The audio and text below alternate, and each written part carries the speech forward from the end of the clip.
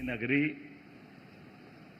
बाबा महाकाल की पावन नगरी, मां क्षिप्रा का पवित्र तट और देश की सबसे सर्वोच्च संस्था पर विराजमान दुनिया के सबसे बड़े लोकतंत्र की अधिनायक महामहिम श्रीमती द्रौपदी मुर्मू जी का जोरदार अभिनंदन करें हमारी अपनी बाबा महाकाल की नगरी में। आज का दिन इतना पवित्र है। अयोध्या, मथुरा, माया, काशी, कांची, अवंतिका, पुरी, द्वारा, वतिश्चैव सुप्तैते मोक्षदायिका, 7 पवित्रतम नगरियों में से एक बाबा महाकाल की नगरी में आज का दिन स्वर्ण अक्षरों में लिखा जाएगा। महामहिम हमारे बीच पधारी है, ऐतिहासिक एक नई बड़ी सौगात लेकर के। आज के इसी कार्यक्रम में हमारे बीच यशस्वी हमारे महामहिम श्रीमान मंगूभाई पटेल गवर्नर साहब भी मौजूद है। मैं उनका उज्जैन की ओर से, आपकी ओर से, सरकार की ओर से स्वागत करता हूं, अभिनंदन करता हूं, वंदन करता हूं।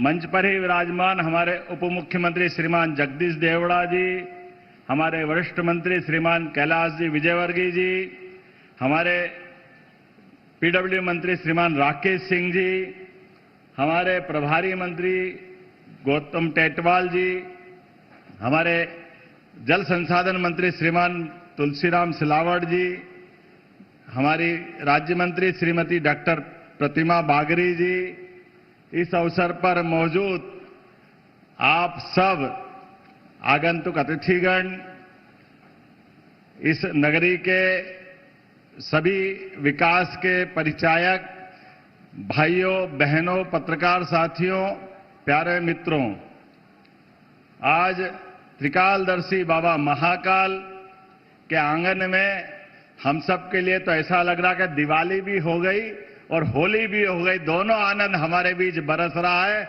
इसका एहसास हमको हो रहा है।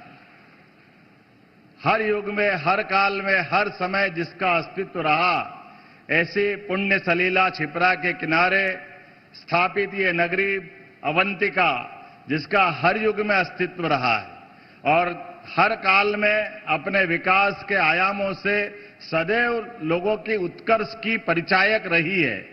ऐसा कहते हैं कि यहां आकर के जो सोचता है, जैसा सोचता है, इस मृत्यु लोक में वो सब उसके जीवन में परमात्मा दे देते हैं। इसलिए उत्कर्षी नगरी, इस नगरी का नाम एक उज्जैनी भी इसीलिए है।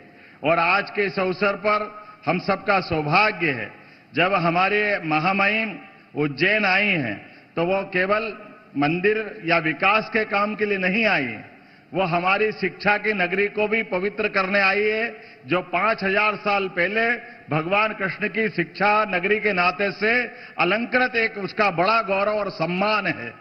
मुझे इस बात की भी प्रसन्नता है, काल के प्रवाह में हमेशा पृथ्वी पर शुद्धता के नाते से काल के समय के लिए भी उज्जैनी का अपना महत्व रहा है।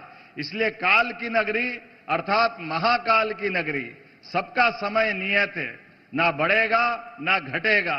जन्म और मृत्यु के बीच के समय में हमारे हाथ जितना शुभ हो सकता है, वो पुण्य और प्रारब्ध को अपने इस जीते जी काल में मनुष्य काया से कृतार्थ करने की नगरी भी उज्जैन है। जब इस बात के लिए हम आगे बढ़ते हैं तो यशस्वी प्रधानमंत्री का स्मरण करना चाहूंगा। यशस्वी प्रधानमंत्री श्रीमान नरेंद्र मोदी जी के लिए हम सब यहीं से अभिनंदन करते हैं, वंदन करते हैं श्रीमान नरेंद्र मोदी जी के लिए, जिन्होंने जब से सत्ता संभाली है 2014 से लगाकर आज तक लगातार जिनके अलग अलग आयामों से हर क्षण हर काम से दुनिया के अंदर दुनिया के सबसे बड़े लोकतंत्र का गौरव हासिल करने के प्रत्येक आयाम को उनने छुआ है। उसमें एक बड़ा काम सबसे ज्यादा विकास के सभी क्षेत्रों में करते करते जो उन्होंने एक सफाई मित्रों के माध्यम से स्वच्छता का हम सबको जो संदेश दिया है, ये वाकई भूतो न भविष्यति। स्वच्छता के लिए जो माननीय मोदी जी का आग्रह है और दुनिया के अंदर अब दुनिया देख रही है भारत को, जिनने अपने उस अभियान के लिए और स्वच्छता मित्रों, सफाई कर्मियों, उनका तो वंदन करता हूं, अभिनंदन करता हूं। यशस्वी प्रधानमंत्री के जन्म दिवस से लगा करके 1 अक्टूबर तक ये जो लगातार पखवाड़ा मनने वाला है, ये माननीय प्रधानमंत्री जी की उस भावना को भी रेखांकित करता है और हमारे सफाई कर्मियों की बड़ी भूमिका को भी हमको एहसास कराता है। हमारे सभी स्वच्छता कर्मी, सफाई कर्मी, हमारे भाई बीमारी और जिंदगी दोनों के बीच जो मजबूत दीवार की तरह खड़े रहते हैं, ऐसे सभी सफाई कर्मियों मित्रों को प्रणाम करता हूं, उनकी भूमिका को नमस्कार करता हूं। अपने जीवन को इस समूची स्वच्छता के अभियान में पुष्प की तरह जीवन भर चढ़ाने का संकल्प लेकर के जीते जी देवताओं की श्रेणी में आते हैं। देवता वो होते हैं जो सदैव देने के लिए लालायित होते हैं और लालायित होने के भाव में उनकी मन की निर्मलता, निर्लिप्तता, उनका पवित्र भाव, इसी भूमिका में हमारे स्वच्छता कर्मी आते हैं, जिनके जीवन में सबके लिए सुख आनंद वैभव, स्वयं के लिए कष्ट, ये उनके मन का संकल्प है।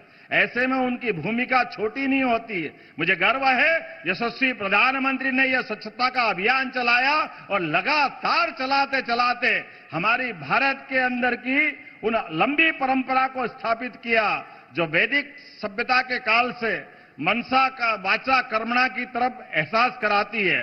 मन से, वचन से, कर्म से हमारी निर्मलता, स्वच्छता की परमात्मा ने भी कामना की और आशीर्वाद दिया है।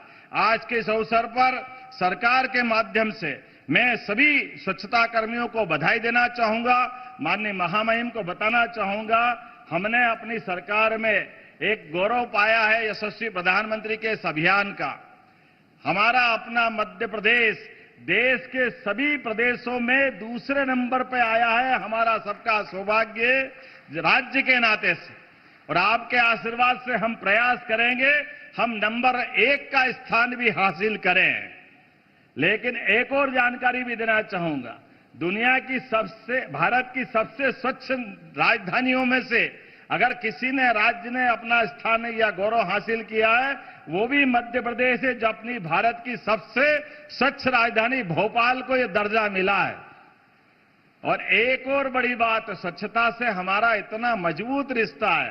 भारत की सबसे स्वच्छ नगरियों में से भी 7 बार से मध्य प्रदेश ने इस गौरव को इंदौर के माध्यम से हासिल किया है। यह भी हमारे लिए गर्व और गौरव की बात है। यह हमारा सौभाग्य है। आज के इस अवसर पर जब हमारा अपना राज्य दूसरे नंबर पर, हमारी राजधानी पहले नंबर पर, हमारी नगरी जो 7 स्टार के क्रम में सबसे पहले नंबर पर लगातार 7 बार से आ रही है, तब हमने निर्णय किया है कि ऐसे में हमारा ये स्वच्छता के अभियान को जो ऊंचाइयों तक पहुंचाने वाले हमारे प्रथम कर्मी के योद्धा हैं, उनके लिए भी सरकार के माध्यम से इस दिशा में ध्यान आकर्षित किया जाए। तो हमने निर्णय किया है प्रत्येक नगरी की जो रेटिंग माननीय प्रधानमंत्री के पैरामीटर्स में तय हुई, वो 1 नंबर से लगा करके 7 नंबर तक की सभी नगरियों के कर्मियों के लिए जो 1 स्टार में आएंगे, उन सभी कर्मियों को 1000 प्रति सुरक्षा स्वच्छता कर्मी उसको हम पुरस्कार देने वाले हैं। जो 2 नंबर की रेटिंग में आएंगे वो सभी को 2000 रुपया प्रति हमारे स्वच्छता कर्मियों को लाभ देंगे। मध्य प्रदेश में उज्जैन तीसरे नंबर की रेटिंग में आता है, तो यहाँ के प्रत्येक स्वच्छता कर्मियों को 3000 रुपए की हमने अपनी ये राशि भेंट करने का निर्णय किया है, जिसके बलबूते पर हमारे हजारों स्वच्छता कर्मियों को आज आपकी मौजूदगी में ये अवार्ड दिया जाएगा। आज के साथ एक और बड़ा काम हमने यहाँ किया है।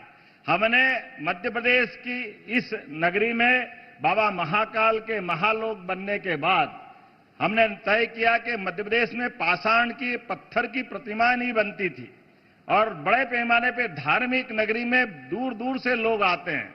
तो हमने निर्णय किया कि बाबा महाकाल की प्रतिमा महालोक में बनने वाली जो FRB की थी, उनको पाषाण की, पत्थर की बनवाएंगे और यहाँ पे पत्थर शिल्प को भी प्रोत्साहन देंगे।